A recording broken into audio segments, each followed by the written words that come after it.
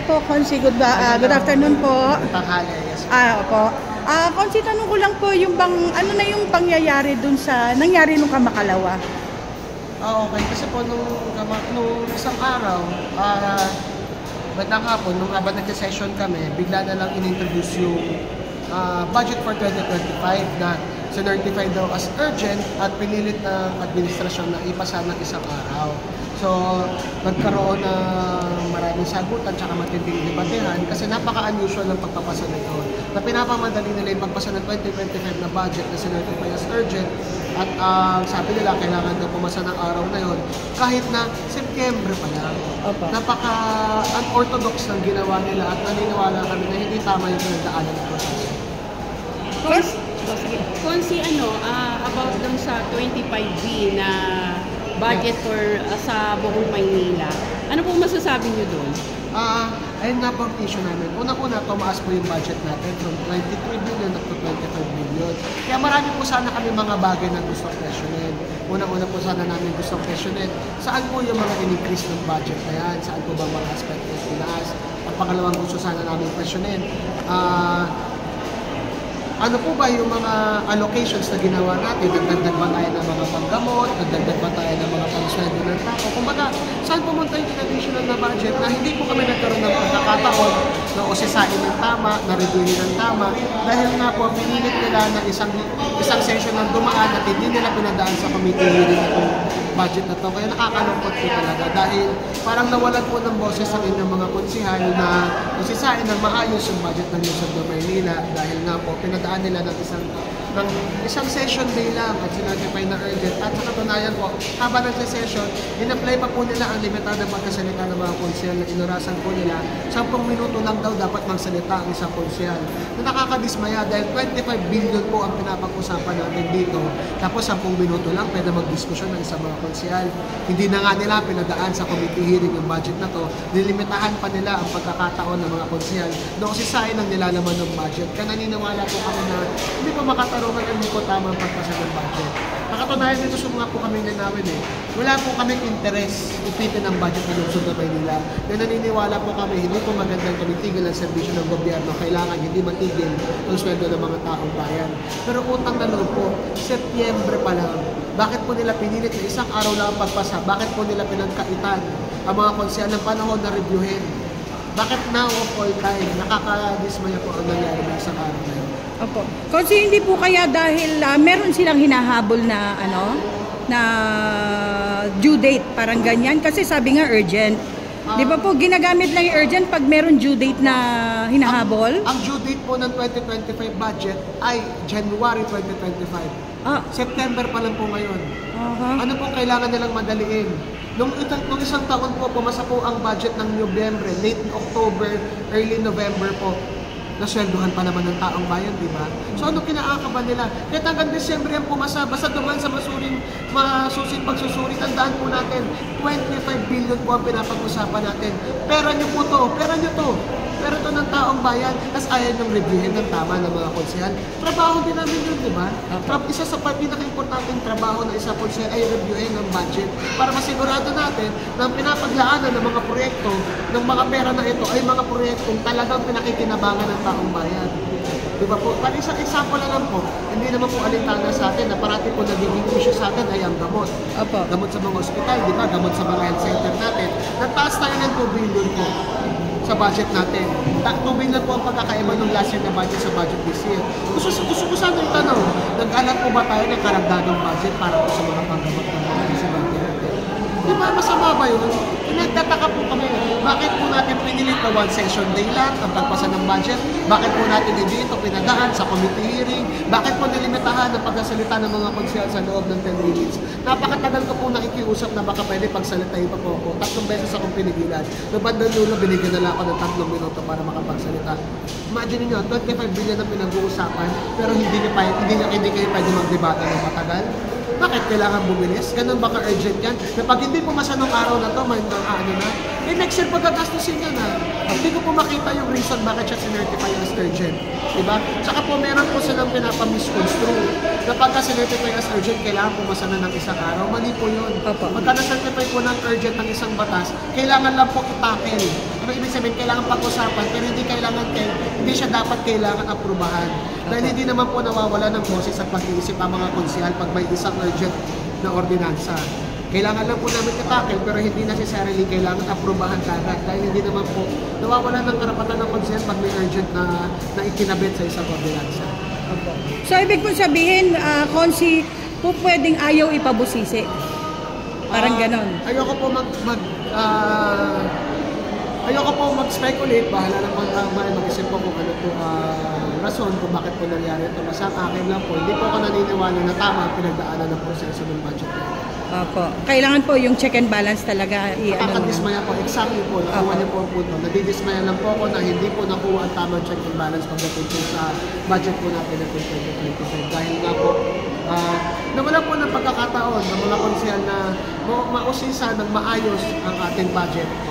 Kumbaga po, hindi naman po sa pag-aaralan marahil baka meron kami mga opinion na paniniwalaan nila tama. Bakit po nila kami pinagkaitan ng mga pagkakataon nila? Bakit po kami pinagkaitan ng pagkakataon na tanongin ng mga department head? Ano po ba ang direksyon ng departamento nyo nitong taon na to? At ano po ba ang pagdadatos sa inyo nitong taon na to? Hindi po nangyari yun. Nawalan po kami ng pagkakataon na tanongin ang mga head ng ospital, ilan po ba ang kinulang nyo sa budget kaya hindi po kayo nakompleto ng gamot? At baka mamaya pwede mag-realign tayo para sa gamot natin ilagay yung ibang budget. Hindi po nangyari yun eh. Kaya nalulungkot po kami. Wala pong monopolya ang kahit sino mang tao sa karunungan. Dapat po, ang isang lahat ng magagandang bagay, nakukuha po yan sa kooperasyon ng lahat ng grupo. Nakakalungkot lang po na pawang ayaw po yata nila kami pagsalita, ayaw po nila kami makapag-comment o makatulong po sa paggawa ng 2025 budget. Nakakalungkot po talaga. Konsi, maraming salamat. Wala ka naman, maraming salamat po sa inyo. Mabuhay po kayo. Konsi, ano lang po, kung meron po kayong mensahe sa taga-Maynila, ano po yung po pwede nyong i-mensahe sa kanila? Tumutok po kayo sa nangyayari sa Konseho ng Luzon ng Maynila. Lalong-lalo na po kung mga session po ng Konseho. Dahil napakarami po nangyayari dito na makaka-apekto sa araw-araw na pamumuhay niyo. Yun na lang, isa po tutukan na po yung nangyayari sa lungsod natin ngayon. Makialam po tayo, mag-aral din po tayo sa mga nangyayari sa lungsod natin. Dahil dapat po may pakialam po tayo dahil ang mga pinapag-usapan po sa loob ng konseho ay hindi lamang po para sa amin, para pangkalahatan po ito at hindi lang po para sa inyo. Pati po kinabukasan ng mga anak nyo ay naapektuhan po sa mga napapag-usapan ng inyong mga konseho. Ayan, Konsi, maraming salamat po dun sa totoong concern nyo para sa mga batang Manileño. Maraming salamat. Maraming salamat. Thank you po. Pagpalain po kayo ng Diyos. Thank you po. Salamat. Thank you po. Sa mga social media, yung nagganap na atensyon na nangyayari nung Tuesday, ano po ba yung pinagmulan po nito? Yes. Kasi talaga nung Tuesday, wala kami noon. Nandun kami sa kababaihan ng Maynila Anniversary.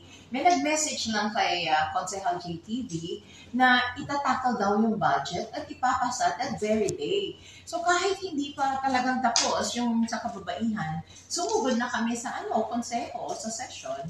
Kaya nung dumating kami, ako, mas nauna pa sa akin si JTV, nagsasalita na siya noon. So, narinig ko nga na totoo nga yung nag-message na ipapasa daw ang budget. Kasi nakagawian na sa City Council ako, matagal na akong konsehal. Like for 21 years konsehal ako and never before na nangyari ito. Napasa ang budget without even having budget hearing, committee hearing. Kasi paano namin malalaman kung ano yung nilalaman ng budget na yon? And the copy was even given to us that very day nung dumating lang kami. Paano namin mapag-aaralan ang budget? Ang budget is napaka-importante sa lungsod ng Maynila. Diyan nakasalalay yung kabuhayan, di ba? Yung mga susunod na mga proyekto ng administrasyon na dadating sa susunod na taon. Kaya napaka-importante nun na dapat pag-usapan at dapat sa presensya ng mga department heads na present. Kaya nagkakaroon ng budget hearing dapat. Kasi pagtatanggol nila yung nilagay nilang budget doon kung magkano. Meron ako isang part na nakita nung binigay yung papel. Katulad sa GAT Andres, binawasan ng napakalaking halaga yung budget. Binawasan sa susunod na taon.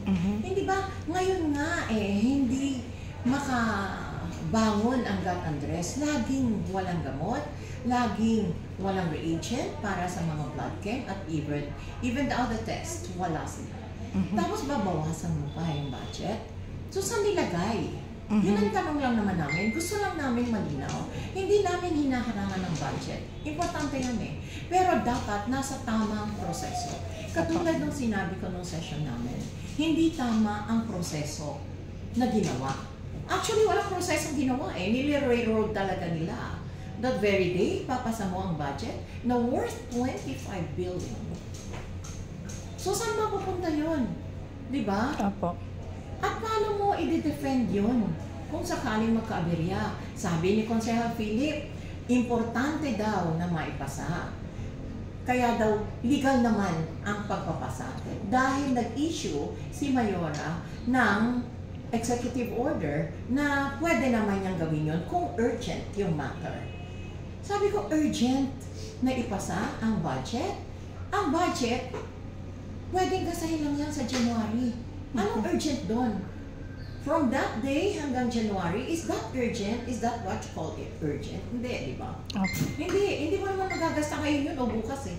Kahit na sabihin niya na para sa taong bayan, pinakamagandang budget daw, sabi ni Konsehal Philip Lacuna. Nandun na kami, maganda talaga ang budget. Para sa taong bayan, dadagdagan ang sweldo ang mga empleyado. Yung mga seniors dadagdagan din, pati PWD, pati solo parent, pati mga estudyante magkakaroon din. Maganda, di ba? Oo, maganda. Pero kahit na gaano pa siya kaganda, kung walang partisipasyon ang lahat ng konsehal at hindi naintindihan namin kung saan mapupunta ang bawat sentimo ng budget na yan, kahit na maganda pa siya, questionable siya para sa aming grupo. Kasi never before talaga na nangyari ito. Kaya nga sabi ko, nandun na ako para sa taong bayan. Yun naman pala. At alam nyo na nangangailangan ng taong bayan. Bakit ngayon lang? Bakit ngayon lang? Sabi mo nga, may magandang budget na ipapasa. Bakit hindi nung nakaraang taon? O nung isa pang taon? Para hindi naghihikahos ang tao at hindi naghahanap. Diba? Bakit ngayon lang? The timing is really very questionable too. Kaya yun ang aming hindi namin tinututunan o hinaharangan ang pagpasa ng budget. Dapat lang nasa tamang proseso. Dapat alam kung saan mapupunta ang bawat sentimo ng budget na to. Kasi pera ng bayan yan eh. Hindi naman namin pera yan eh. O nino man. Hindi pera yun ng nino. Pera ng taong bayan yan na kailangan gastahin ng tama at naaayon sa batas. Yun lang ang sa amin. Ano po sa tingin niyo, bakit po minadali ang budget po? Hindi nga namin malaman. Yun ang tanong namin. Bakit minamadali ninyo? Ano ang urgent doon? Hindi nyo naman magagalaw yan eh. January nyo pa yan magagalaw eh. Kasi budget siya ng 2025. Hindi nyo magagalaw ngayon yan. So anong urgent doon? Bakit nyo minamadali? Ano na isang buwan, 2 buwan? Diba? Kasi usually October, na kami ng budget hearing. Iniimbitahan natin department heads, na-tackle, siguro for a day, 5 departamento, ganun talaga ang usual na ginagawa. Ngayon nga lang nagkaganyan sa tinagal-tagal kong konsehal. Bakit? Yung tinatanong namin, bakit? Saan nyo gagamitin at nangangailangan kayo? Diba? Opo. Pero tanong ko lang po, Konsi, sinabi po ba nila kung saan nga, bakit kailangan na agad yung budget? Kailangan daw ng taong bayan. Opo. No, so nung tatanungin na namin, ayaw nilang sumagot. Hindi sumasagot yung committee chairperson. Tinanong namin bakit? Why the urgency? When you cannot even touch that budget, not until 2025. Diba? Ayaw sagutin ang tanong. Wala kami magagawa. So, sila lang nakakaalam kung bakit nila ni-railroad. Kasi they have the number. Kaya talaga maipapasa nila yun. Maipapasa at maipapasa. Hindi yung ba, Konsi, parang po yun, pang gigipit yun, kasi wala man lang abiso po sa inyo. Yun na ang aming punto pa. Hindi naman lang kami inabisuhan. Sa batas natin, kailangan meron kaming abiso. Dahil kami naman, konsehal pa rin. Nahalal na konsehal, di ba? Kailangan may abiso yan, tamang abiso. Kahit day before, tsaka bigyan nyo kami ng kopya. Bibigyan nyo kami ng kopya sa oras mismo na yun. Diba? On the spot. Ano ba naman ganun? Parang hindi Paano po namin na-review. wala ka sa tamang proseso eh. Baga gipit na gipit po sa oras na parang pipirma na lang. Oo, ipapasa na lang na Opo. gano'n pagdaka. Hindi naman tama yun, kahit naman siguro sino ang tanungin. Kaya ngayon pinapalabas nila na kami daw ay humaharang sa budget. Hindi namin hangad na harangin ang budget. Ang hangad lang namin yung tamang proseso at malaman namin kung saan mapupunta ultimo sentimo na pera ng taong bayan. Hindi ba tama lang naman yun? May karapatan kaming malaman yun. At may karapatan din ang taong bayan na malaman yun. Di ba? Opo. At ngayon po, Konsi, may karapatan din talagang yung malaman talaga ng lahat kung ano nga yung sitwasyon na nangyayari Oo. dito. Hindi yun basta kaguluhan. Kasi syempre, i-assert namin yung right namin. I-assert namin what we believe is right. Di ba? Kaya nagkakagulo. Kasi pinipilit nila yung mali eh. Kaya yun. Kasi matanong ko lang po, may kinalaman po ba si Yorme Isko Moreno dahil sa paghihiwalay din po ng mga partido rin po? Sa ngayon, sa mga talakayin namin sa City Council, walang kinalaman si Isko Moreno. Yan sa amin lang na mga nakaupong konsehal, si Vice Mayor, si Mayor, dahil kami yung nasa administrasyon ngayon. So, walang kinalaman si Isko Moreno sa lahat ng nangyayari. Ayun, tanong din ng ating mga viewers din po kasi. Oo, walang kinalaman si Isko dyan. At hindi nga siya nagko-comment tungkol dyan eh. Hindi, wala siyang kinalaman. Yun sarili namin paniniwala. Ang tagal ko ng konsehal eh. Tagal na rin ni JTV ng konsehal, di ba? Marami sa amin matagal na konsehal. Kaya alam namin kung anong tama at mali. At kung anong dapat at hindi. So, Bonsi, ang pinaglalaban nyo lang dito is yung boses na nasasakupan nyo po. Yung pong nasasakupan nyo pong District 1. Opo. Hindi, bilang kabuuan na. Kabuuan. Hindi lang Distrito 1, kundi kabuuan, buong Maynila. Like from districts 1 to 6 na yan. Kasi pag naman naupo kami sa City Council, although I represent District 1, konsehal pa rin kami ng buong Maynila. So whatever law that we pass or whatever legislation we make, yun ay para sa kabuuan ng Maynila, not only for my district. Apo. Konsi, tanong ko lang po, dati po ba, nung last year, magkano po ba yung budget? Ang budget namin, isa ko pang sinabi yan, 23.3 billion na hindi naman na-realize. Alam niyo, ang daming kulang.